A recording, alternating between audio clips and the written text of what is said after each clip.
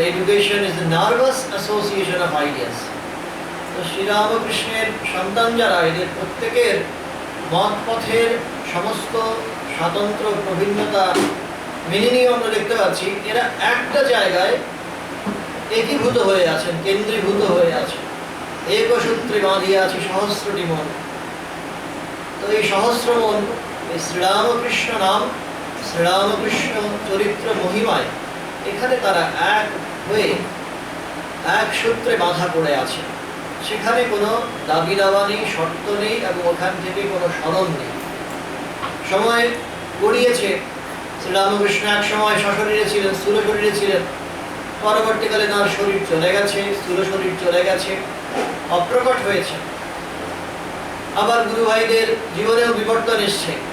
তারা এক সময় ওই রকম বরানগর মঠে কাটিয়েছেন, তারপরে আবার কাশীপুরে আমাদের আলমবাজার মঠে এসছেন, আবার শ্রীমঠ প্রতিষ্ঠিত হয়েছে বিরুড়ে, সেখানে এসছেন। এই এত পরিবর্তনের মধ্য দিয়ে গেছেন, কিন্তু শ্রীরামকৃষ্ণকে আঁকড়ে ধরার এই যে একটা মূল মন্ত্র, সেখানে তারা অবিচলিত থেকেছেন দৃঢ় প্রতিজ্ঞায়। আর এই ভাবটা সত্যি একজন লেভেন হিসেবে আমরা কি করে বুঝতে পারি? অনেক সময় বুঝি না, বিভ্রান্ত হয়ে যায়। যেমন স্বামীজির ক্ষেত্রে, স্বামীজি গিয়ে বিদেশে প্রচার করছেন, ঠাকুর দিয়ে আসলে প্রচার করছেন, কিন্তু যেহেতু শ্রীরামকৃষ্ণ নাম উচ্চারণ করছেন না স্পষ্ট করে অনেক ক্ষেত্রেই, সেই কারণে অনেকে বিভ্রান্ত হয়েছে। প্রশ্ন করেছেন স্বামীজি, তুমি তো ওখানে গিয়ে ঠাকুরের নাম তো বললে না, ঠাকুরের কথা তো বললে না। স্বামীজি অবশ্যই তার মতো করে উত্তর দিয়েছেন যে তিনি আর শ্রীরামকৃষ্ণ অভিন্ন, অভিন্ন সত্তা, বাণী তুমি বিনা পানি কণ্ঠে। যাই হোক, এই ধরনের কথা যেটা বলছিলাম, বিভ্রান্তির সুযোগ ছিল অনেক ক্ষেত্রে। কিন্তু আমরা খুব সৌভাগ্যবান, এই যে মহাপুরুষের কথা আমরা চিন্তন করছি, ঠাকুরের এই সন্তানের শশী মহারাজ, রামকৃষ্ণানন্দজি, তার ক্ষেত্রে যে কেউ বুঝতে পারে একটা আদর্শ একেবারে আঁকড়ে ধরে শ্রীরামকৃষ্ণকে সামনে রেখে, কেন্দ্রে রেখে, আর পরিপূর্ণ শরণাগতির ভাব নিয়ে, কোনো হেলদোল নেই, এইটা নিয়ে একটা জীবন কাটিয়ে দেওয়া। লক্ষণীয়, স্বামীজি একাধিক চিঠিতে, গুরু ভাইদের উদ্দেশ্যে লেখা চিঠিতে, ওই শশী মহারাজের এই যে সাকার উপাসনা, মন্দির কেন্দ্রিক জীবন, এইটাকে নিয়ে স্বামীজি অন্য ধরনের মন্তব্য করেছেন বলে মনে হয় চিঠি পড়ে। কখনো কখনো মন্তব্য করছেন শশীর ওই ঠাকুর ঘর, ঘণ্টা নাড়া, এইগুলো তার একেবারে পছন্দ হচ্ছে না। লক্ষণীয়ভাবে ওই শশী মহারাজের প্রতি তার এত অগাধ আস্থা, বিদেশে যাওয়ার জন্য তার অ্যাসিস্ট্যান্ট কে হবে, এত বড় কাজের পরিধি বাড়ছে, সেখানে তার অ্যাসিস্ট্যান্ট প্রয়োজন, কে যাবেন, অনেক ধরনের নাম আসছে, সাজেশন আসছে। স্বামীজি কিন্তু ওইখান থেকে, আমেরিকা থেকে চেয়ে পাঠাচ্ছেন শশী মহারাজকে। শশী খুব বড় এক্সিকিউটিভ আর খুব কাজের লোক। চিঠিতে লিখছেন যে তোমরা শুধু শশীর শারীরিক কথা বিচার করেই তার আসা উচিত কিনা বিচার করছো, কিন্তু সবচেয়ে বেশি কাজের লোকটি হচ্ছে শশী। তো শশীকে আমি বিশ্বাস করি, ইত্যাদি ইত্যাদি অনেক কিছু বলেছে। তারপরে মজার ব্যাপার, এখানে যখন এলেন, দেশে যখন ফিরলেন, ফেরার পরে দেখতে পাচ্ছি গুরু ভাইদের কিন্তু এক এক করে তিনি ছড়িয়ে দিয়েছেন, বিভিন্ন জায়গায় ছড়িয়েছেন, কিন্তু সবার আগেই কিন্তু তার দৃষ্টি পড়েছে শশী মহারাজের উপরে। শশী মহারাজকে কাছে পেয়ে একদিন বলছেন, শশী তুই তো আমাকে ভালোবাসিস না? আর একেবারে নির্দ্বিধায় তিনিও তার সেনাপতির নির্দেশ কথা মেনে চলছেন, বিরক্তি না করে, হ্যাঁ ভালোবাসি। বলছেন তাহলে ওই চিতপুরের মোড় থেকে ওখান থেকে পাউরুটি নিয়ে আয়, সেটাও আবার নির্দ্বিধায় নিয়ে আসতে পারছেন। সেই শশী মহারাজ, যার মধ্যে কিনা আপাতভাবে মনে হয় নৈষ্ঠিক ভাবটা, নিষ্ঠার ভাবটা খুব বেশি প্রবল ছিল, নিজের যে স্ট্যান্ড পয়েন্ট সেখান থেকে আমি সরে যাব, যেটাকে আমি আঁকড়ে ধরে আছি, সেই নৈষ্ঠিক শশী মহারাজ তিনি এই স্বামীজির আদেশকে মান্যতা দিয়ে সঙ্গে সঙ্গে বিরক্তি না করে চলে যাচ্ছেন এই বালাখানার মোড়ে, ওখান থেকে পাউরুটি নিয়ে আসছেন, নিয়ে এসে স্বামীজির সেবার জন্যে সেটা সামনে মেলে ধরছেন। আর স্বামীজি যখন বুঝতে পারলেন যে আনফ্লিঞ্চিং ডিভোশন, কোনো এখানে নড়নচড়ন নেই, পেন্ডুলামের মতো দোলন নেই, সঙ্গে সঙ্গে অর্ডার দিয়ে দিচ্ছেন, ভাই তোকে মাদ্রাজে যেতে হবে। আর শশী মহারাজ সেটা মেনে নিতেও তার কোনো সময় লাগছে না। তো এইভাবে অদ্ভুত যে শ্রীরামকৃষ্ণ পরিবার, যেখানে আমরা দেখতে পাই মত এবং পথের এত প্রভিন্নতা আছে, তারা এই শ্রীরামকৃষ্ণ এবং পরবর্তীকালে তার নির্দিষ্ট করা যে দলপতি স্বামীজিকে কেন্দ্র করে ওইভাবে ঐক্যবদ্ধ হতে পারে, এটা হাতে নাতে চোখের সামনে দৃষ্টান্ত হিসেবে তুলে ধরছেন শশী মহারাজ। শশী মহারাজের সঙ্গে সত্যি স্বামীজির আপাতভাবে চিঠিগুলো পড়লে বা তার জীবনী পড়লে মনে হয় মতের হয়তো প্রভিন্নতা ছিল, একটু স্বাতন্ত্র্য ছিল, কিন্তু সেগুলো সব ধূলিসাৎ হয়ে যাচ্ছে যখনই শ্রীরামকৃষ্ণ নির্দেশ করছেন যে নরেন হবেন পরের তার সংঘপতি। এটাকে কোনো ধরনের কোনো ভাবনা চিন্তা না করে নির্দ্বিধায় শশী মহারাজ সহ সবাই মেনে নিতে পারছে। তো এই শশী মহারাজের তার শ্রীরামকৃষ্ণের কাছে আসা, তার বড় হওয়া, এই সবটাই মনে হয় একটা অদ্ভুত একটা ডিভাইন প্ল্যানের মধ্য দিয়ে এগিয়ে গেছে। ওই যে ভগিনী নিবেদিতা বলছিলেন যে 16 জন সন্তান ঠাকুরের, এদের একসঙ্গে দেখলে বোঝা যেত শ্রীরামকৃষ্ণ কেমন ছিলেন, কতটা তার ভাবের বিস্তার ছিল, আবার গভীরতাও ছিল। তো তারপরে প্রত্যেকেই এক একভাবে শ্রীরামকৃষ্ণকে মুক্ত করছেন। শশী মহারাজের জন্য বরাদ্দ ছিল, নির্দিষ্ট করা ছিল বোধ হয় তার এই দাস্য ভক্তি, হনুমানের মতো দাস্য ভক্তি, মহাবীরের মতো দাস্য ভক্তি। স্বামীজি বলছেন শিষ্য সদা চক্রবর্তীকে মহাবীরের চরিত্রকে এখন তাদের আদর্শ করতে হবে। এই ইয়ের জন্যে, রামের জন্য শিবত্ব লাভ, ব্রহ্মত্ব লাভে পর্যন্ত উপেক্ষা। এইখানেও দেখতে পাচ্ছি শ্রীরামকৃষ্ণময় হয়ে যাওয়া বলতে কি বোঝায়, এটা রামকৃষ্ণানন্দজির চরিত্র থেকে আমরা খানিকটা ধারণা করতে পারছি প্রত্যেকেই। লক্ষণীয়, স্বামীজি তার নিজের কিন্তু ওই রামকৃষ্ণানন্দ নাম গ্রহণ করার যথেষ্ট ইচ্ছে ছিল, কিন্তু শশী মহারাজের এই যে রামকৃষ্ণ কেন্দ্রিকতা, রামকৃষ্ণ অভিমুখীনতা, এইটা দেখে স্বামীজি বললেন যে না, এটা শশী যখন সিলেক্ট করেছে, লেট হিম ডু। এখানে স্বামীজি আর হাত দিলেন। তা ওইভাবেই দেখা যাচ্ছে ওই দাস্য ভক্তির পরাকাষ্ঠা শেষ একেবারে সীমানা দেখানোর জন্যে শশী মহারাজ আমাদের সামনে আর এই অদ্ভুত লোকোত্তর চরিত্রটা নিয়ে উপস্থিত হচ্ছে। শ্রীরামকৃষ্ণের কাছে যখন গেছেন, অদ্ভুত সারল্য, কতগুলো জিনিস সত্যি শ্রীরামকৃষ্ণ যে বলছেন সরলতা বহু জন্মের তপস্যা না থাকলে হয় না। এই অদ্ভুত সরলতা এদের প্রত্যেকের কিন্তু কমন ক্যারেক্টারিস্টিক ছিল। শ্রীরামকৃষ্ণের সন্তানদের প্রত্যেকের একটা সাধারণ বৈশিষ্ট্য ছিল সরলতা। তা এইভাবে এই সরলতা নিয়ে শশী মহারাজ গিয়ে যখন উপস্থিত হচ্ছেন ঠাকুরের কাছে, তো ঠাকুরের কাছে তখন সেদিন বাইবেল থেকে একটা পোর্শন পড়া হচ্ছে। তা পড়া হতে হতে একটা জায়গায় গিয়ে এমন প্রসঙ্গ এসছে যে সংসার আশ্রমে প্রবেশ করা উচিত কিনা। তো সেইটা প্রসঙ্গ তো উঠেছে। দর্শকদের শ্রোতাদের মধ্যে একজন, তিনি ওইখান থেকে ইন্টারপ্রিট করে বলছেন সবাই যদি সংসার ছেড়ে চলে যায় তাহলে কি করে হবে। তো ঠাকুর সহস্যে বলছেন তোমাকে ওইটা চিন্তা করতে হবে না। তো আমাদের মধ্যে একটা কথা হয়ে গেল, ওই শশী মহারাজের সঙ্গে একান্ত আলাপচারিতা, তার যে নিজের মানুষ, ঘরের মানুষ এসে গেছেন, এইটাও শ্রীরামকৃষ্ণ যখনই কোনো সন্তান এসছেন সঙ্গে সঙ্গে দেখা যায় তিনি পয়েন্ট আউট করছেন। শশী মহারাজকে জিজ্ঞেস করছেন ঠাকুর, তো সাকার ভালো লাগে না নিরাকার? ওই সময়ের যে সমাজ, সেখানে বিরোধীয় ইয়ং বেঙ্গল এসছে, আর্য সমাজ, ব্রাহ্ম সমাজ, ওই সময়কার চিত্রটা যদি আমরা চিন্তন করি তাহলে এই প্রশ্নের প্রাসঙ্গিকতা খুব সহজে বোধগম্য হয়।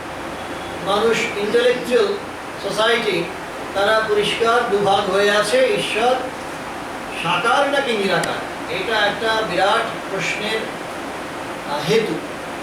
তো শ্রীরামকৃষ্ণ সেই প্রশ্নটা তুলে ধরছেন শশী মহারাজের কাছে। এত সরল শশী, নির্দ্বিধায় বলছেন ঈশ্বর আছেন কি নেই তাই জানি না, তার আবার সাকার কি নিরাকার। শ্রীরামকৃষ্ণ এই পরিষ্কার উত্তর শুনে খুব ভীত হয়েছিলেন। ওই যেমন মানে কোনো অঙ্কট বঙ্কট ফিলসফিক্যাল আনসার ইনিয়ে বিনিয়ে হেয়ালি করে উত্তর দেওয়া, এটা শ্রীরামকৃষ্ণ তো একেবারেই পছন্দ করতেন না। ফলে শশী মহারাজের কাছ থেকে যখন একেবারে সোজা সাপটা উত্তর পেলেন, ঠাকুর তো বিরক্ত হলেনই না, বরং তারিফ করলেন। তো এইটাতে বোঝা যায় যে তাদের কমন বেন্ট অফ মাইন্ড কেমন ছিল। তারপরে ওই একে অন্যে চেনা, ওই গুরু আর শিষ্য, গুরুও প্রতীক্ষা করেন, সুধীর মিত্রের একটা বিখ্যাত বই আছে। তেমনিভাবে শ্রীরামকৃষ্ণ আমরা জানি তার সন্তানদের জন্য প্রতীক্ষা করতেন। তো এই শশী মহারাজ এসছেন, তার আনন্দ বাঁধ ভাঙা।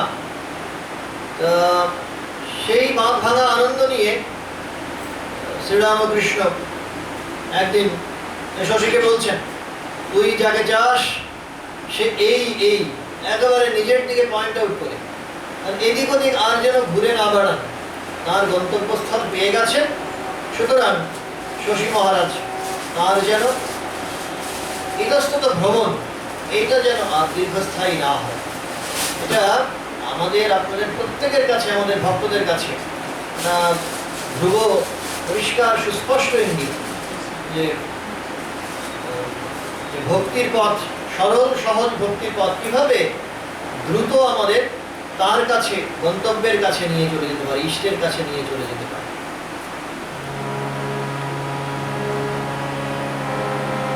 ও তোর বৃথা উড়া নাড়া চড়া, ও তোর বৃথা উড়া নাড়া চড়া, কুল পাবি নে অকুলে, বাকি তুই ঠিক বসে থাক, ঠিক বসে থাক, ঠিক বসে থাক রে কৃষ্ণ নামের মাস্তুলে। ও তোর বৃথা উড়া নাড়া চড়া, ও তোর বৃথা উড়া নাড়া চড়া, কুল পাবি নে অকুলে, বাকি তুই ঠিক বসে থাক, ঠিক বসে থাক, ঠিক বসে থাক রে কৃষ্ণ নামের মাস্তুলে।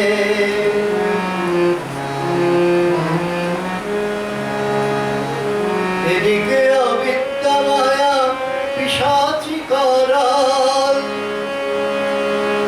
এদিকে অবিদ্যা মায়া পিশাচি করাল, পাকিয়াছে মন মোহিনীর রূপরসের জাল। এদিকে অবিদ্যা মায়া পিশাচি করাল, পাকিয়াছে মন মোহিনীর রূপরসের জাল।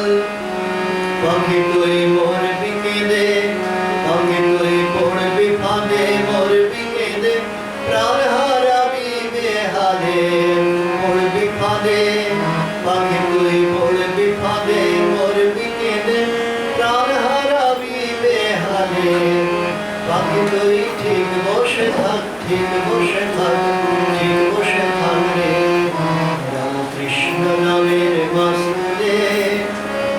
ও তোর বৃথা উড়া নাড়া চড়া, ও তোর বৃথা উড়া নাড়া চড়া, কুল পাবি নে অকুলে, বাকি তুই ঠিক বসে থাক, ঠিক বসে থাক, ঠিক বসে থাক রে রামকৃষ্ণ নামের মাস্তুলে, রামকৃষ্ণ নামের মাস্তুলে, রামকৃষ্ণ নামের মাস্তুলে। মাস্তুল চিনিয়ে দেওয়ার কাজটা লোকশিক্ষক শ্রীরামকৃষ্ণ এইভাবে তার ঘরের লোক শশীকে একেবারে গোড়ার দিকে করে দিয়েছে। আর সঙ্গে সঙ্গে এটাও বোঝাচ্ছেন যে তত্ত্ব আসলে এক, ওই বিভিন্নতা বৈচিত্র্য এগুলো বাইরের দিক থেকে সব দেখা যায় ঠিকই, কিন্তু তত্ত্বের দিক থেকে এক ভিন্ন দুই নেই। ওই একদিন শশী মহারাজ ওইরকম একটু আওয়াজ করে ঘর ছেড়ে বেরিয়ে যাচ্ছে, আর ঠাকুর তখন অদ্বৈতভাবে বিভোর হয়ে আছে। এটা যেন তার বুকে গিয়ে শেল বিধিয়ে দিয়েছে। সঙ্গে সঙ্গে বিরক্ত হয়ে ঠাকুর শশী মহারাজ বলেন, তুই করলিটা এইরকম ভাবে তার training man in the making chapter আছে যুবরাজ বিবেকানন্দের। তো এইভাবে ট্রেনিংটা আমরা দেখতে পাচ্ছি অন্যান্য সন্তানের মতো শশী মহারাজেরও ঠাকুরের কাছে এসে ওইভাবে হাতে নাতে প্রত্যক্ষত হয়েছে। আশ্চর্য বক্তা কুশলশ্চ লব্ধা আশ্চর্য জ্ঞাতা কুশলানুশিষ্ট। এইভাবে শ্রীরামকৃষ্ণের সন্তান যারা তারা প্রত্যেকেই নিজের নিজের শক্তিতে শক্তিমান, কিন্তু সেই শক্তি সম্পর্কে ওয়াকিবহাল সজাগ হয়েছেন স্পষ্টতই শ্রীরামকৃষ্ণের কাছে এসে। তা আবার ওইভাবে সতর্ক করেও দিতেন মাঝে মাঝে শশী মহারাজকে যে অন্য কোথাও যেন ছোটাছুটি না চলে, বৃথায় ওদের নড়াচড়া, কুল পাবিনি ও কুলে, এটা ধরিয়েও দিতেন। একসময় মেডিকেল সায়েন্সের দিকে একটু ঝুঁকে পড়েছিলেন শশী মহারাজ, আর সঙ্গে সঙ্গে ঠাকুর খুব রেগে গেছেন যে যদি পরাবিদ্যা ছেড়ে অপরাবিদ্যায় মন দিস তাহলে আর কখনো এই সাধনার পথে অগ্রসর হতে পারবি না, তোর হৃদয় ভক্তিহীন হয়ে যাবে।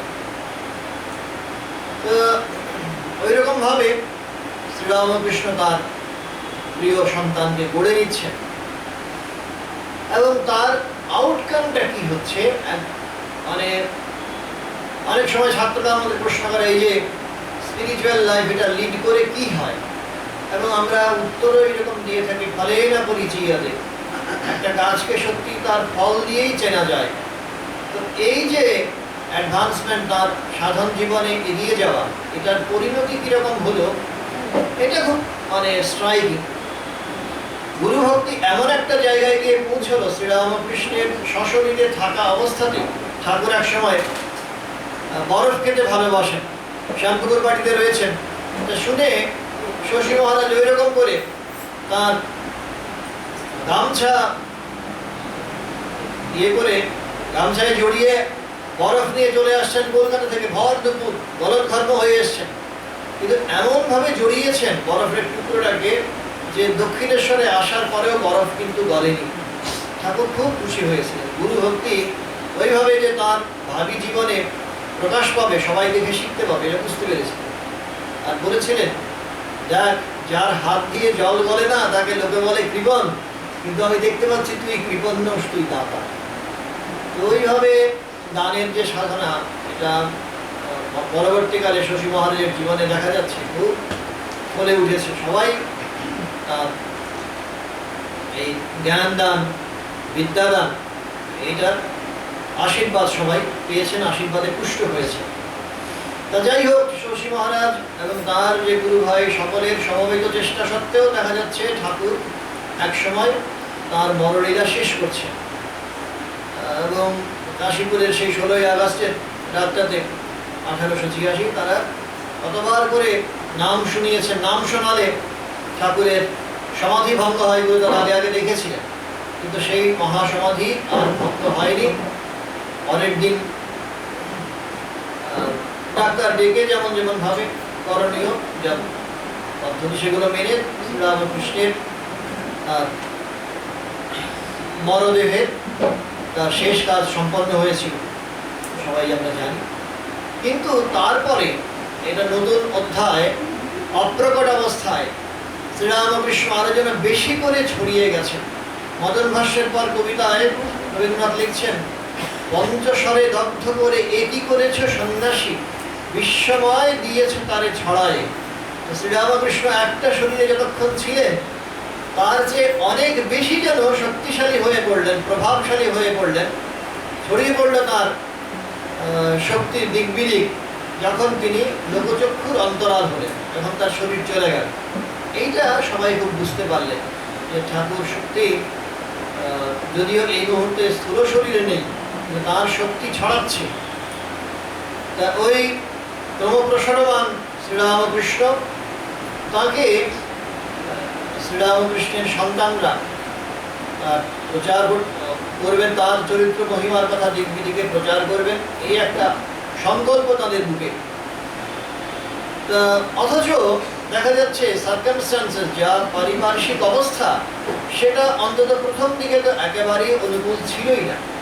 ওটা সমাজ যেন তাকে গিলে খেতে চাইছে। ওই যে শরৎ মহারাজ বলছেন, যে কোনো মুভমেন্ট যখন আনফোল্ড করে, যখন যে কোনো ভাবান্দোলন শুরু হয়, তার যাত্রাপথ, তার 3টে স্টেজ থাকে। প্রথম অবস্থায় গোটা সমাজ তার প্রতিকূল হয়ে দাঁড়ায়। এই ভাব প্রচারের ক্ষেত্রে সমস্ত অপোজিশন নিয়ে সামনে এসে দাঁড়ায়, রাক্ষসের মতো গিলে খাবে। তারপরে স্টেজে ইনডিফারেন্ট হয়ে যায়, তারা বিশেষ হেলদোল করে না, ও ঠিক আছে পাগলামো করছে, করতে দাও। আর থার্ড স্টেজে এসে অ্যাকসেপ্ট করে, গ্রহণ করে। তো এই শশী মহারাজ শ্রীরামকৃষ্ণের ত্যাগী সন্তান মণ্ডলী, এরা একেবারে প্রথম পর্বে শ্রীরামকৃষ্ণ ভাব আন্দোলনের একেবারে সলতে পাকিয়েছেন। তখন সলতে আর কোনোভাবে আমরা পাকাতে দেব না, এই একটা ধারণা নিয়ে, সংকল্প নিয়ে যেন গোটা সমাজ তাদের বিরুদ্ধে রুখে দাঁড়িয়েছে। এবং তখন ওই গোটা সমাজের বিরুদ্ধে সংগ্রাম করার মতো, তাদের সমস্ত অপোজিশন ফেস করার মতো আমার ভেতরে শক্তি আছে। স্বামীজি বলছেন আদর্শ সমাজ সংস্কারক হওয়ার জন্যে 3টে গুণের প্রয়োজন হয়। একটা হচ্ছে ওই ফিলিং অফ ওয়াননেস, যার জন্যে আমি করছি তার সঙ্গে একাত্মতার অনুভব। 2 হচ্ছে ওই ওয়ে আউট, যার দুঃখে আমি সমব্যথী হয়েছি তার দুঃখ দূর করার জন্যে আমার মাথাটা খাটিয়ে একটা পথ খুঁজে বার করবো তার মতো করে। আর 3 হচ্ছে যদি গোটা সমাজ এর এগেইনস্টে, আমার বিরুদ্ধে যদি মুখোমুখি হয়, অস্ত্রশস্ত্র নিয়ে রুখে সামনে এসে দাঁড়ায়, তাহলেও আমি তার অপোজিশনে পিছিয়ে যাব না, ফেস করতে পারবো, ফেসিং দ্য ব্রুট। তো ওইভাবে শ্রীরামকৃষ্ণের 16 জন সন্তান তারা সমস্ত শক্তি নিয়ে ফেসিং দ্য ব্রুট, তাদের সমস্ত শক্তি মানে চরিত্র শক্তি। তো ওই চরিত্র শক্তির একটা দৃষ্টান্ত আমরা দেখতে পাচ্ছি শশী মহারাজে, যিনি আর নিরঞ্জন মহারাজ তিনি করেছিলেন কিনা, ওই বলরাম ভবনে যখন ঠাকুরের অস্থি রাখা হয়েছিল, আত্মারামের কৌটো পরবর্তীকালে বলা হচ্ছে, তো সেই আত্মারামের অস্থি থেকে, পূত দেহাস্থি থেকে তারা অর্ধেকেরও বেশি সরিয়ে নিয়েছেন। কেন? কারণ তারা শুনতে পেয়েছেন যে কয়েকজন মিলে, বড় কয়েকজন সন্তান মিলে, তাদের সিনিয়র কয়েকজন মিলে তারা এরকম ভেবেছেন যে না, রামদত্তের বাড়িতে জগদ্দানে ওইখানেই শ্রীরামকৃষ্ণের পূত দেহাস্থি রক্ষিত থাকবে এবং ওইখানেই নিত্য পুজোর ব্যবস্থা হবে ইত্যাদি ইত্যাদি। সুতরাং এই সন্ন্যাস টন্যাস মঠ করা, এই যে ধারণা, এগুলোকে কোনোভাবে লালন করা যাবে না, অ্যাকসেপ্ট করা যাবে না। সুতরাং শ্রীরামকৃষ্ণের তার যে সমস্ত স্মারক, তার পূত দেহাস্থি এবং স্মৃতিপূত দেহাস্থি, সেইটা বহন করার জন্যে নিরঞ্জন মহারাজ, শশী মহারাজ দেখছেন এরকম করছেন। তারা ওইখান থেকে বলরাম মন্দির থেকে সরিয়ে নিলেন। তো সরিয়ে নিয়ে তারপরে এই কঠোর তপস্যার জীবন এই বরানগর মঠে, এবং ওইখানে আমাদের স্বামীজি মহারাজ পরবর্তীকালে বলছেন যে শশী ছিল একেবারে আশ্রমের খুঁটি। সবাই যখন বেরিয়ে পড়ছেন, দিক দিকে ছড়িয়ে পড়ছেন, তখন শশী মহারাজ ওই শ্রীরামকৃষ্ণকে অবলম্বন করে তার ছবি, তার অস্থি, এইটাকে সামনে রেখে তার জন্যেই আমি আছি, তার সেবায় আমি, এই ভাবনা নিয়ে তিনি কোথাও নড়তে পারলেন না। সবাইকে স্বামীজি বলছেন আমি বের করে দিতে পেরেছিলাম, বৈরাগ্যের আগুন জ্বালিয়েছিলাম। স্বামীজি নিজেই বেরিয়ে পড়ছেন, সেই দেখে অন্যরাও ইন্সপায়ার্ড হচ্ছেন। ওই 3 রাত কোথাও একসঙ্গে থাকতে নেই, ত্রিরাত্র সন্ন্যাসী একসঙ্গে বাস করবে না, রমতা সাধু বেহতা পানি, এই ধারণাগুলো নিয়ে তার অন্য গুরু ভাইরা সব ছড়িয়ে পড়ছে। কিন্তু বলছেন শশীকে আমি নড়াতে পারলাম না। এই কারণে এই স্টেডফাস্টনেস, এই শ্রদ্ধা এবং নিষ্ঠা, এইটা স্বামীজি খুব অ্যাপ্রিসিয়েট করেছিলেন বলেই যখন দক্ষিণে এলেন, আসার পরে তার রামকৃষ্ণের ভাব প্রচার করার জন্যে তারই একজন সুযোগ্য পতাকাবাহী তার গুরু ভাইকে দক্ষিণী তার অনুরাগীরা চাইলেন যে এখানে মাদ্রাজে একটা সেন্টার হোক, আর তিনি লিড করবেন শ্রীরামকৃষ্ণের একজন সন্তান। এইটা যখন প্রার্থনা করলেন, তখন স্বামীজি ওই নির্বাচন করলেন শশী মহারাজের নাম, এবং শশী মহারাজকেই তারপরে ওখানে পাঠালেন। আমরা দেখতে পাচ্ছি একেবারে প্রায় কপর্দক শূন্য অবস্থায় স্টার্টিং ফ্রম জিরো তিনি যাত্রা শুরু করেছেন। আইস হাউস, এখানে আগে বরফ টরফ রাখা হতো, সেইটা পরবর্তীকালে কোম্পানি উঠে যাওয়ায় থাকার জায়গা হিসেবে নির্ধারিত হয়েছে। প্রথমে একটা ভাড়া বাড়িতে ছিলেন, তারপরে আইস হাউসে এসছেন, এবং এমনভাবে দিন কাটছে যেখানে আক্ষরিক অর্থে নুন আনতে পান্তা ফুলে, পান্তার ব্যবস্থা পর্যন্ত কোনো দিন নেই। একমাত্র শ্রীরামকৃষ্ণ আছেন, ঠাকুর আছেন, আর আমি আছি, আর ভাবনা কি আছে আমার। এই একেবারে ওই চিন্তাকে, কাজে কর্মে চিন্তায় ওই ভাবনাকে অবলম্বন করে থাকে। আর নান্য পন্থা, আমার অন্য কোনো গতি নেই, আশ্রয় নেই, ঠাকুরই আমার একমাত্র আশ্রয়। ওইটাকে নিয়ে এমনভাবে শশী মহারাজ দিন কাটাচ্ছেন। আমাদের এগুলো এখন এই যুগে আমরা যারা রয়েছি, যারা সত্যি মঠের অ্যাফ্লুয়েন্সের মধ্যে এসছি, ৯-এর দশকের পর থেকে বলা হয় মঠ মিশনের চেহারা বদলে গেছে, দেশেরও অর্থনৈতিক উন্নতি হয়েছে। এখনকার প্রজন্মে আমরা যারা এসেছি তারা ধারণা করতে পারি না কি কঠোর দারিদ্র, অর্ধাসন এবং অনশনের মধ্যে আমাদের পূর্বসূরীরা দিন কাটিয়েছেন। তাদের একমাত্র সম্বল ছিল এই শ্রীরামকৃষ্ণ নাম, তার চরিত্রের গুণগান।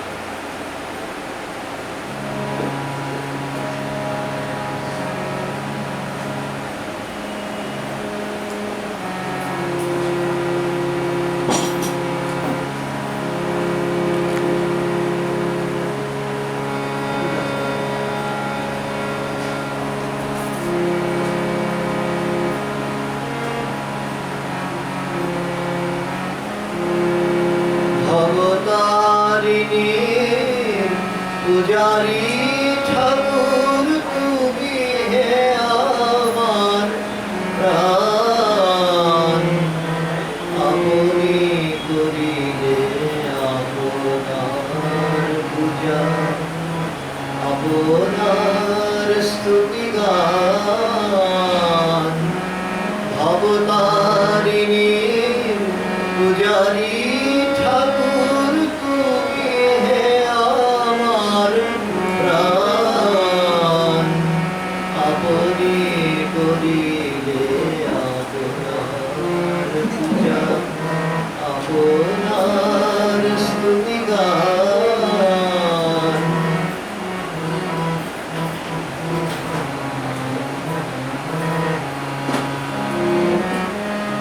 কেহ বলে তুমি সাধক প্রধান, কেহ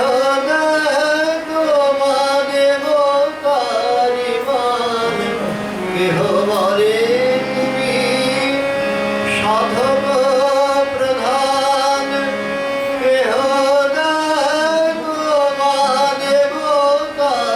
দেবতারিমান। গৌরব সম কারিয়ে দিয়েছি, গৌরব সম কারিয়ে দিয়েছি, হৃদয়ে আসন দান। আমি গৌরব সম কারিয়ে দিয়েছি, হৃদয়ে আসন দান। আপনি করিলে আপনার পূজা, আপনার স্তুতি গান। ভবতারিণী পূজারি ঠাকুর তুমি হে আমার প্রাণ, আপনি করিলে আপনার পূজা। যাবে মনে পড়ে করুণার ছবি, বড় দুঃখে ম্রিয়মান। পর পাপ বহি রোগ জ্বালা সহি, তাপিতে করিলে ত্রাণ। যাবে মনে পড়ে করুণার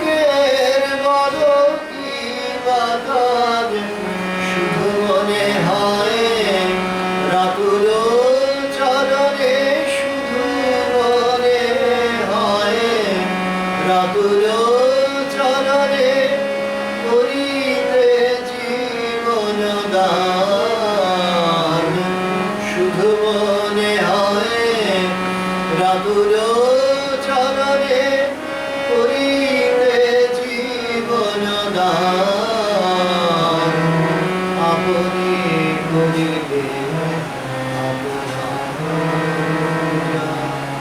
আপনার সুরগান,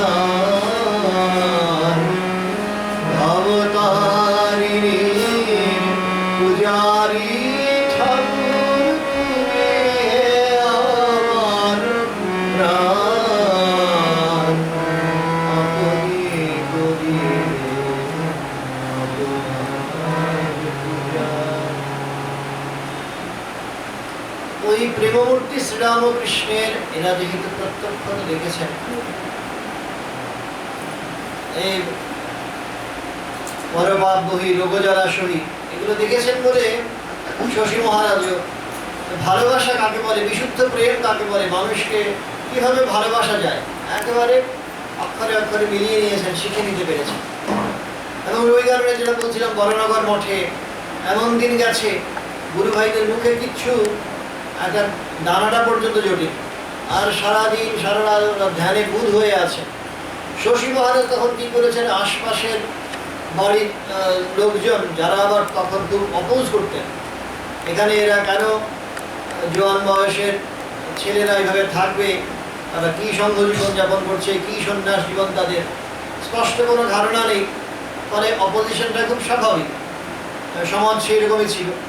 তো ওরা পছন্দ করতেন না। ওর মধ্যে লুকিয়ে গিয়ে প্রতিবেশীদের মধ্যে একজন একটু সিম্প্যাথেটিক ছিলেন, তাকে বলে কয়ে একটু হয়তো চাল জোগাড় করলেন, আবার বাগান থেকে হয়তো একটু শাক জোগাড় করলেন। উড়ে মালি একজন ছিল, সে আবার তেড়ে আসতো, ওখান থেকে বাগান থেকে কিছু তুলতে দিত না। তো এত কিছু করে লুকোছাপা করে শশী মহারাজ এনে রান্না করতেন, করে সবার মুখে, সবাই যখন খুব ধ্যানে বুধ হয়ে আছে মুখে ওরা শশী মহারাজ গুঁজে দিতেন। আর ওই করে গুরু ভাইদের খুব সেবা করতেন। আর গুরু ভাইদের ধ্যান ভঙ্গ হবার পর বলতেন, কি অমৃত খাওয়ালে ভাই, এটা কোথায় পেলে শশী। এইটা গেল বরনগরের জীবন। তারপরেও দেখা যাচ্ছে সেম স্পিরিট নিয়ে প্রত্যেকের মধ্যেই শ্রীরামকৃষ্ণ আছেন, শ্রীরামকৃষ্ণের সেবার জন্যেই আমি আছি, এই একটা ভাব। চেন্নাইতে যখন আছেন তখনও সমানভাবে তাকে শক্তি জোগাচ্ছে। এরকম দিন যাচ্ছে, হয়তো ঠাকুরকে অফার করার মতো একটা বাতাসা পর্যন্ত নেই, তো কি করবেন? ওই ঠাকুরের কাছে গিয়ে সমস্ত অভিমান ক্রোধ সব খুলে বলছেন। এটা খুব অকপট ছিলেন। তো ওই যে সারল্যের কথা আগে বলা হচ্ছিল, তো আমি আর কাকে আর বলবো, ইষ্ট হচ্ছেন প্রিয়, ইষ্ট শব্দের অর্থই হচ্ছে প্রিয়। তো ঠাকুর আমার প্রাণাধিক প্রিয়, তার কাছে যদি আমি খোলা মেলা ভাবে খুললেন খুল্লা সব বলতে না পারলাম, তার কাছে গিয়ে আর বলবো? তো তার কাছে গিয়ে যত অভিমান রাগ ক্রোধ সব ঝেড়ে ফেললেন। তারপর একসময় এমন বলছেন যে আমাকে পরীক্ষা করা হচ্ছে, তাহলে ওই আমি সাগরের পাড়ে যাব, ওইখান থেকে বাড়ি নিয়ে আসবো, আর এনে তোমাকে অফার করবো, করে সেটা প্রসাদ হিসেবে নিজেও জোর করে মুখে তুলে নেব। গম্ভীর মহারাজ লিখছে যে ফর্চুনেটলি এটা আর করতে হয়নি। এই যে ঠাকুরের সঙ্গে পরীক্ষা এবং নিরীক্ষা, এটা যেন একে অপরকে দেখছেন। মনে হয় শশী মহারাজ ঠাকুরকে দেখছেন, ঠাকুরও শশীকে দেখছেন। কতখানি আদর্শের বাড়া করেছি, মা বলেছিল আদর্শ হিসেবে যা করা প্রয়োজন তার ঢের বাড়া করেছি। এইভাবে ভক্তি বিশ্বাস দাস্যভাব এগুলো তার নেক্সট জেনারেশনের কাছে, উত্তর সাধকদের কাছে পৌঁছে দেবার জন্য যতখানি করা প্রয়োজন, শশী মহারাজ তার থেকে যেন অনেক গুণ বেশি করেছেন। ওই ঠাকুর যে বলেছিলেন 16 টাং করেছি, তোরা 1 টাং করে দেখা না। আমরাও যারা পরবর্তীকালে তার ফোল্ডে এসে পড়েছি, শশী মহারাজের কথা তার জীবন সম্পর্কে জানার সুযোগ পাই, তাদের কাছেও মনে হয় যেন শশী মহারাজ বলছেন যে তিনি 16 টাং করেছেন, আমরা যদি তার 1 টাং করতে পারি আমরা কৃতজ্ঞতার্থ হয়ে যাব। তো ওই বিশ্বাস নিয়ে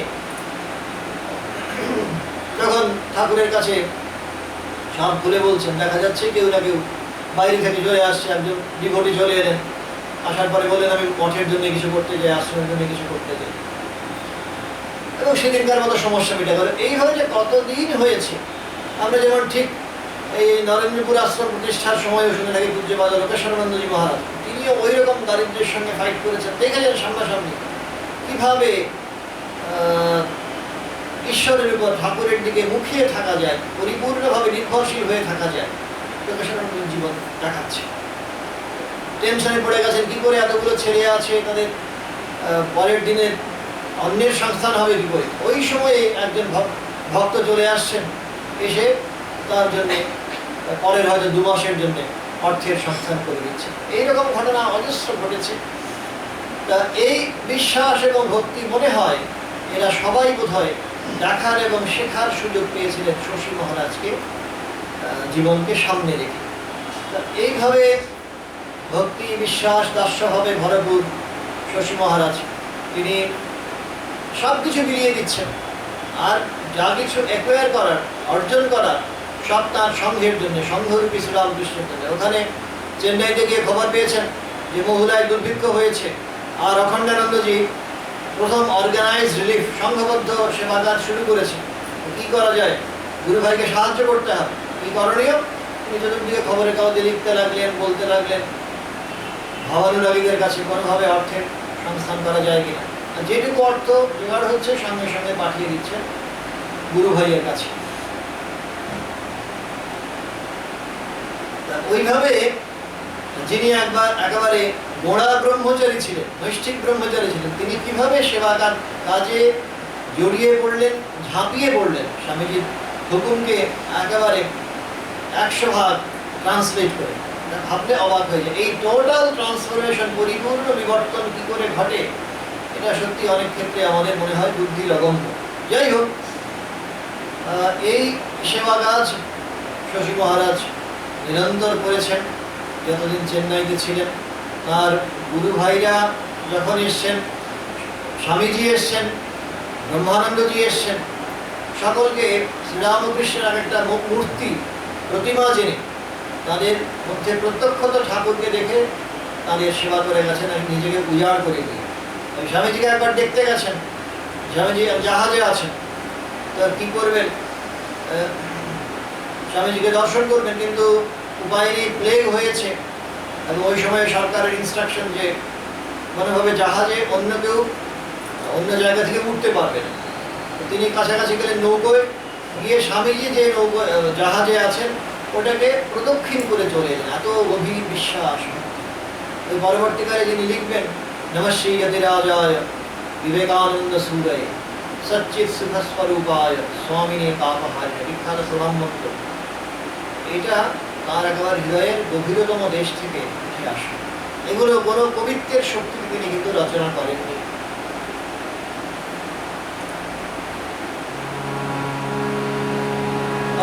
আরিত্য দৃশ্যেষু বিবিচ্য নিত্যং তস্মিन् সমাগত ইহাস্মলীলয়া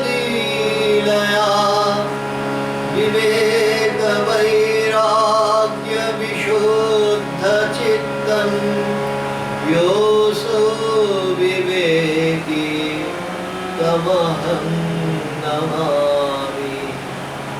योऽसो विवेकी तमहं नमामि। স্বামীজির শরীর যাওয়ার পর ওই রকম ভাবে দর্শন করেছিলেন মহারাজের কাছে। স্বামীজির স্বপ্নে সামনে এসে বলছেন, শশী, শরীরটাকে আমি থুথুর মতো ফেলে দিয়েছি। যার অর্থ তাৎপর্য বুঝতে পারেনি, কিন্তু পরবর্তীকালে বার্তা পেয়েছিলেন, টেলিগ্রাম পেয়েছিলেন। শ্রী মা আসার পরে একইভাবে জগজ্জননী এই বোধে একেবারে সম্পূর্ণভাবে মায়ের জন্য নিজেকে নিংড়ে দিয়েছিলেন শশী মহারাজ। রামনাথে যখন গেছেন, যাওয়ার পরে মায়ের সেবার জন্য ওইরকম সোনার বেলপাতা 108টা জোগাড় করে মায়ের সমস্ত সেবাদি, শিবলিঙ্গের পূজার ব্যবস্থা করে দিয়েছে। তা এই হেন পরিশ্রম একাকী করছেন, তার কোনো সহায়ক নেই। কাজের পরিসর বাড়ছে ক্রমবর্ধমান। এই সব কিছুর মধ্য দিয়ে শরীর সেখানে দীর্ঘস্থায়ী হতে পারে না। তো তার ফলে ফলে যা হওয়ার হলো, টিবি হলো, এবং ওই যুগে টিবি কত দুরারোগ্য ব্যাধি ছিল আমরা এখন জানতে পারি, কল্পনা করতে পারি। তো ডাক্তার ডায়াগনোজ করলেন, কলকাতায় ফিরে এলেন। ফিরে আসছেন শশী মহারাজ, রাস্তায় পুরীতে এর সঙ্গে দেখা হলো, রাজা মহারাজের সঙ্গে। রাজা মহারাজ বললেন, শশী এসব কি ঝেড়ে ফেলে দাও, ঝেড়ে ফেলে দাও। আর শশী মহারাজের সঙ্গে সঙ্গে তিনি তার মতো করে ইন্টারপ্রিট করলেন, রোগ শোক তো ঝেড়ে ফেলা নয়, শরীরটাই ঝেড়ে ফেলবেন। তারপরে কলকাতায় আসছেন, শরীর ডিটেরিয়েট করছে এবং অত্যন্ত না দেখে গুরু ভাইরা তাদের চিকিৎসা যথারীতি চলেছে, কিন্তু সবাই বুঝতে পারছেন কোন দিকে, কোন অনিবার্য পরিণতির দিকে এগিয়ে চলছে। শশী মহারাজ ওই সময়ে তার মনের অন্তরতম বাসনা মায়ের কাছে যাবেন, মায়ের শ্রী চরণ বন্দনা করবেন, তার মুখ দর্শন করবেন। মায়ের কাছে বার্তা গেল জয়রাম বাড়িতে, কিন্তু মায়ের পক্ষে এই অসুস্থ অবস্থায় রোগ পীড়িত শশী মহারাজকে দেখতে আসা সম্ভব হলো না। আমরা জানি ওই সময়ে শশী মহারাজ মায়ের যদিও স্থূল শরীরে তার দর্শন পাননি, কিন্তু অদ্ভুত একটি দিব্য অনুভব তার হয়েছে। তিনি সামনাসামনি মাকে যেন তার স্বপ্নাবস্থায় মাকে একেবারে সামনাসামনি দেখতে পেয়েছিলেন, এবং সেই আনন্দে উদ্বেলিত রামকৃষ্ণানন্দজি তার স্বপ্ন ভঙ্গ যখন হলো, আনন্দের রেশ তখনও রয়েছে। তারপরে মহাকবি গিরিশচন্দ্রকে বলছেন, একটা গান লেখো যার প্রথম লাইনটা হবে ওহারও দুঃখ রজনী। আর সত্যি এই জাগতিক দিক থেকে যা কিছু, যদি কিছুমাত্র দুঃখ বলে কিছু থেকে থাকে, সমস্ত কিছু, সমস্ত ক্লেদ, সমস্ত শারীরিক যন্ত্রণা সব ধুয়ে মুছে সাফ হয়ে গেছিল মায়ের শ্রীমুখ দর্শন।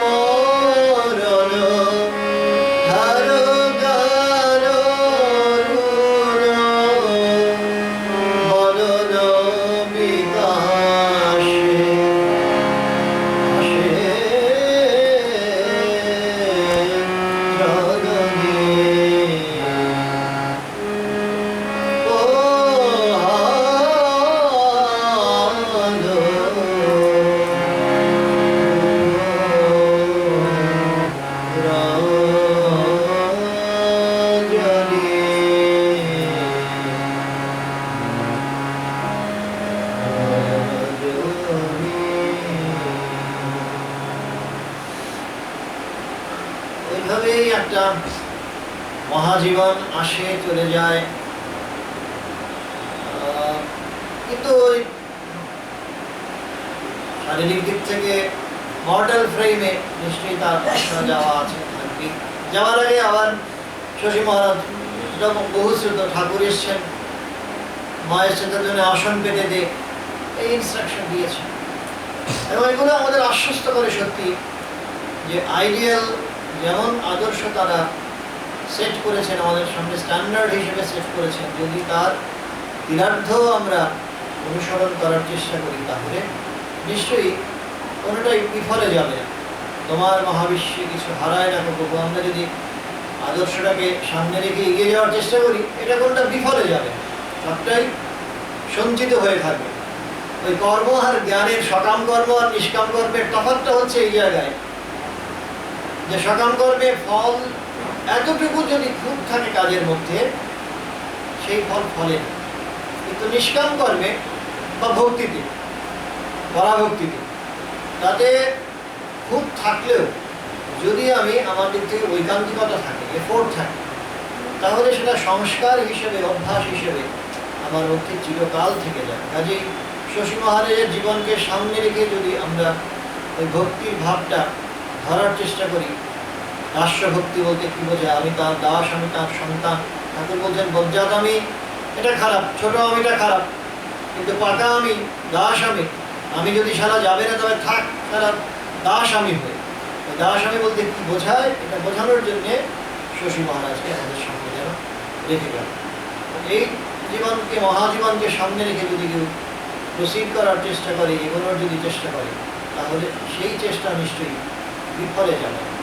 আমাদের সামনে এই যে 16টি বিচিত্র মহাজীবনের মালায় গাঁথা শ্রীরামকৃষ্ণের জীবন, সেটা যথার্থই প্রতি মুহূর্তেই আমাদের পথ দেখায়, আশ্বস্ত করে।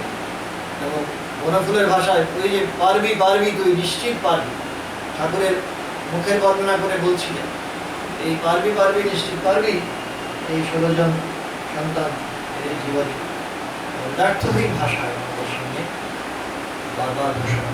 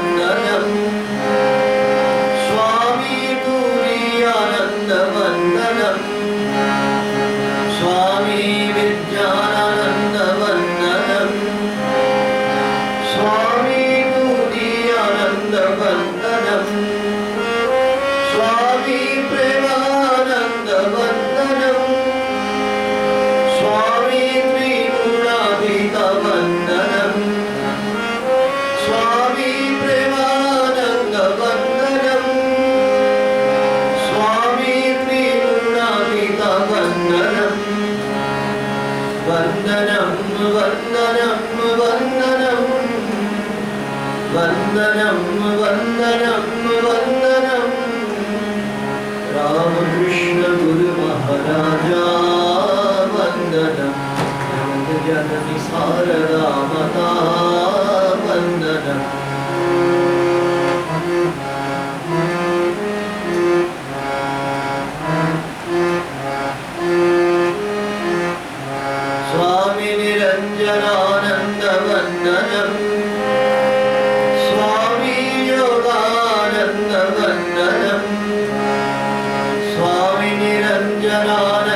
वन्दनं स्वामी योगानन्द वन्दनं स्वामी अभेदानन्द वन्दनं स्वामी अद्वैतानन्द वन्दनं स्वामी अभेदानन्द वन्दनं स्वामी अद्वैतानन्द वन्दनं वन्दनं वन्दनं वन्दनं वन्दनं वन्दनं वन्दनं रामकृष्ण गुरु महाराजा वन्दनं जगत जननी शारदा माता वन्दनं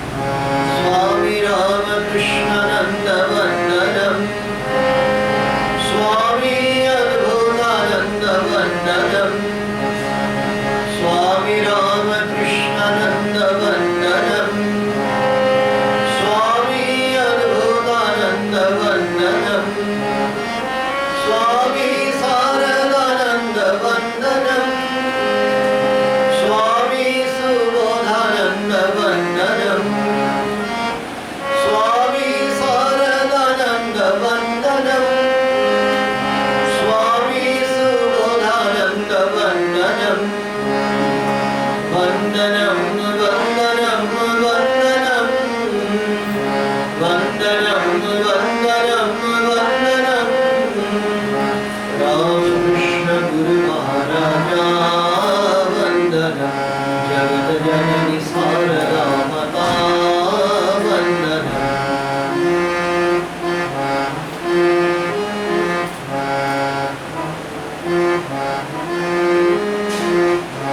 रामकृष्ण शिष्य कोटि वन्दनं रामकृष्ण संघदेव वन्दनं रामकृष्ण शिष्य कोटि वन्दनं रामकृष्ण संघदेव वन्दनं वन्दनं रामकृष्ण वन्दनं वन्दनं सारदाम्ब वन्दनं वन्दनं रामकृष्ण वन्दनं वन्दनं सारदाम्ब वन्दनं वन्दनं वन्दनं वन्दनं वन्दनं वन्दनं वन्दनं रामकृष्ण गुरु महाराजा वन्दनं जगत जननी शारदा माता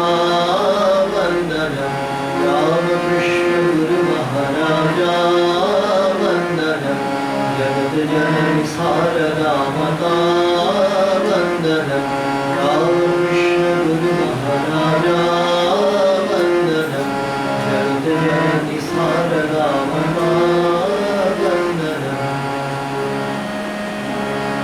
ॐ शान्ति शान्ति शान्ति हरि ॐ तत्सत् श्रीरामकृष्णार्पणमस्तु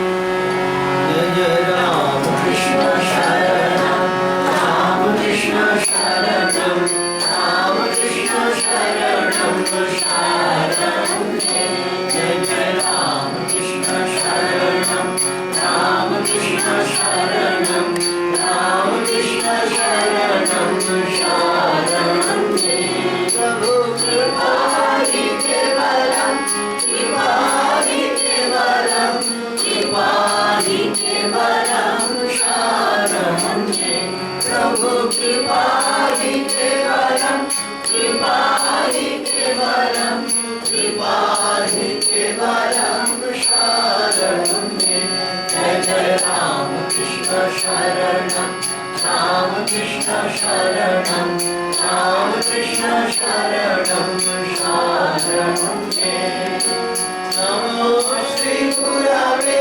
नमो Shri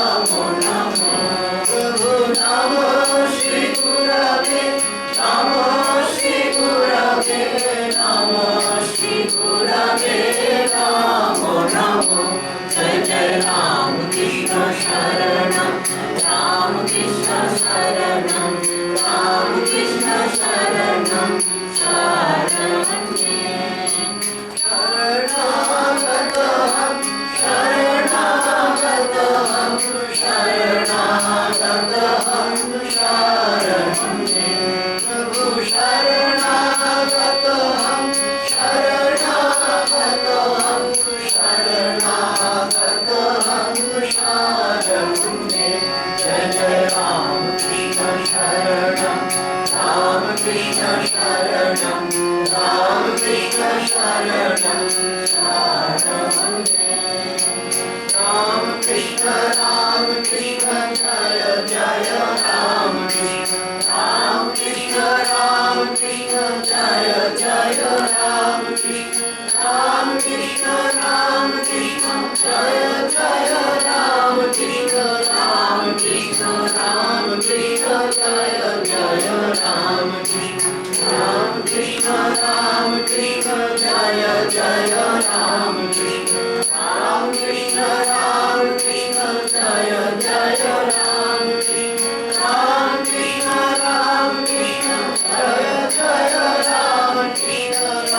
Krishna Ram Krishna Jaya Jaya Ram Krishna Ram Krishna Sharanam Ram Krishna Sharanam Ram Krishna Sharanam Sharanam Jaya Ram Krishna Sharanam Ram Krishna Sharanam Ram Krishna Sharanam Sharanam Prabhu Kripahi Kevalam Kripahi Kevalam Kripahi Kevalam Sharanam Prabhu Kripahi Kevalam Kripahi Kevalam Kripahi Kevalam Sharanam Jai Jai Ram Krishna Sharanam Ram Krishna Sharanam Ram Krishna Sharanam Sharanam Namo Shri Gurave Namo Shri Gurave Namo Shri Gurave Namo Namo Prabhu Namo Shri Gurave Namo Shri Gurave Namo Shri Gurave Namo Namo Jai Jai Ram Krishna Sharanam Ram Krishna Sharanam Ram Krishna Sharanam Sharanam Ram Krishna Jaya Jaya Ram Krishna Ram Krishna Jaya Jaya Ram Krishna Ram Krishna Jaya Jaya Ram Krishna Ram Krishna Jaya Jaya Ram Krishna Ram Krishna Jaya Jaya Ram Krishna Ram Krishna Jaya Jaya Ram Krishna Ram Krishna Jaya Jaya Ram Krishna Ram Krishna Jaya Jaya Ram Krishna Ram Krishna Sharanam Ram Krishna Sharanam Ram Krishna Sharanam